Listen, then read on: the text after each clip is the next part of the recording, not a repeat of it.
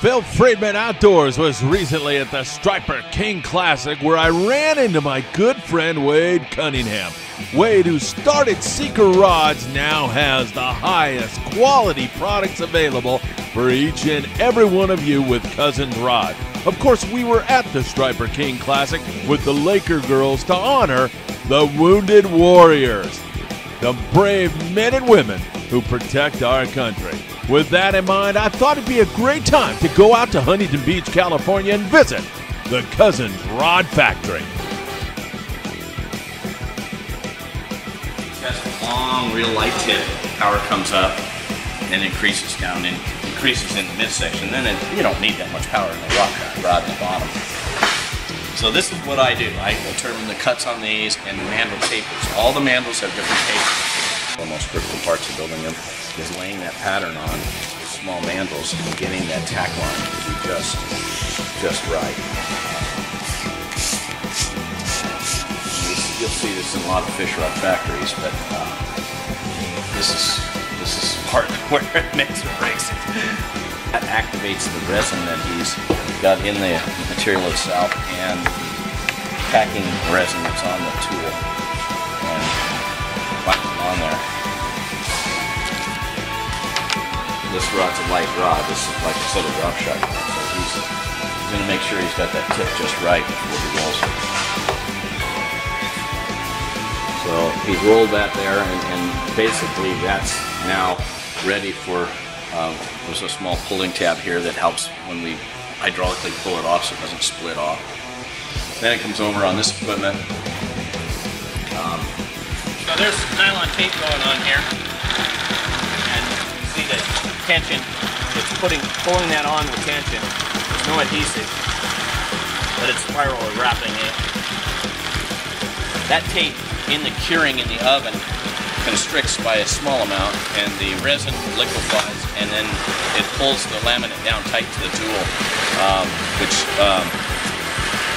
makes a very dense part. The resin flows in around all the fibers and then solidifies, and then it's cooled and the mandrel's pulled out of the part.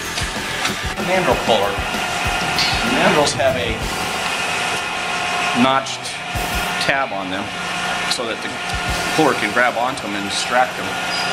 They drop into that die, and then this closes, and if the blank were here, and the mandrel extracts.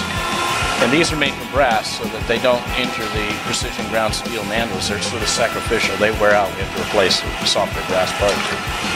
The parts snap off pretty easily and slide down into that tank.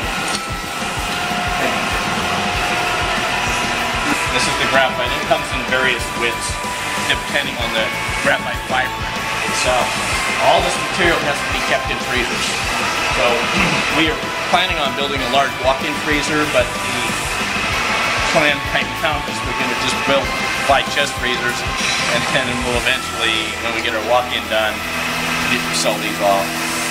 Everybody comes in, sees a chest freezer, and says, "Can we keep our fish in there?" Yeah. So we'll have 2 of these stations, so there'll be 4 painters in this room, 204 drying stations. Each rod gets 3 coats of paint.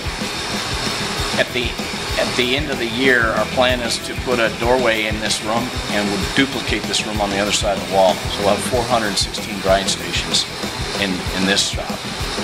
This is a triple wrap rod, so she's painted underneath the guides. Now she's putting the finish on top. She'll put the finish on top of the guide feet. That dries for 24 hours before it gets another coat.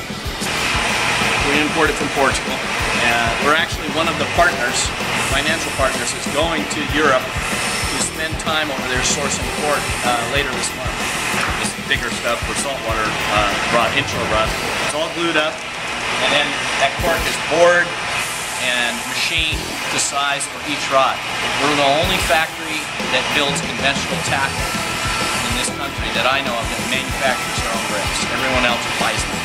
Fuji's new gimbal butt caps so that when the guys put them in the rocket launchers, their Trinidad reels and Calcuttas aren't banging into each other. We shortened all the reel seats up so that when the guys are fishing them, they're not hanging on to all threads on here. Again, you can see the quality of the beauty of this. And that's so light. That thing is so light. It's got the new Fuji K-Series guides, Alkanite rings, so it's all braid proof. rod for throwing plastics on a party boat for sand bass, calico bass, light line sea bass, or yellowtail. It's a little light for that. A rod like this would be much better for sea bass or yellowtail, where you can throw squid or light iron with this rod like this. We build heavier. This is all graphite rods, both of these. And our dads actually invented this years ago. I think it was like 1968 or 1969. My dad and my uncle went out to my aunt and uncle's garage and machined an aluminum mantle to build these things. And I thought they were going to make condoms at first. They laughed because they said they would have made more money doing that. We call that a 900, I think. It's really big. That is a big skirt, man. The material is better than we've ever made. We've been able to get all the right plasticizers and everything the way we've always wanted it. Man, it's got the right feel. You guys are loving this stuff. 300 different color combinations. Wow. And then that's unless you want something different. After a tour of the factory, it was like Cousins was one big, great family. So great to see such quality rods being made in the good old USA. Phil Friedman reporting for Phil Friedman Outdoors. Check out Cousins Rods soon.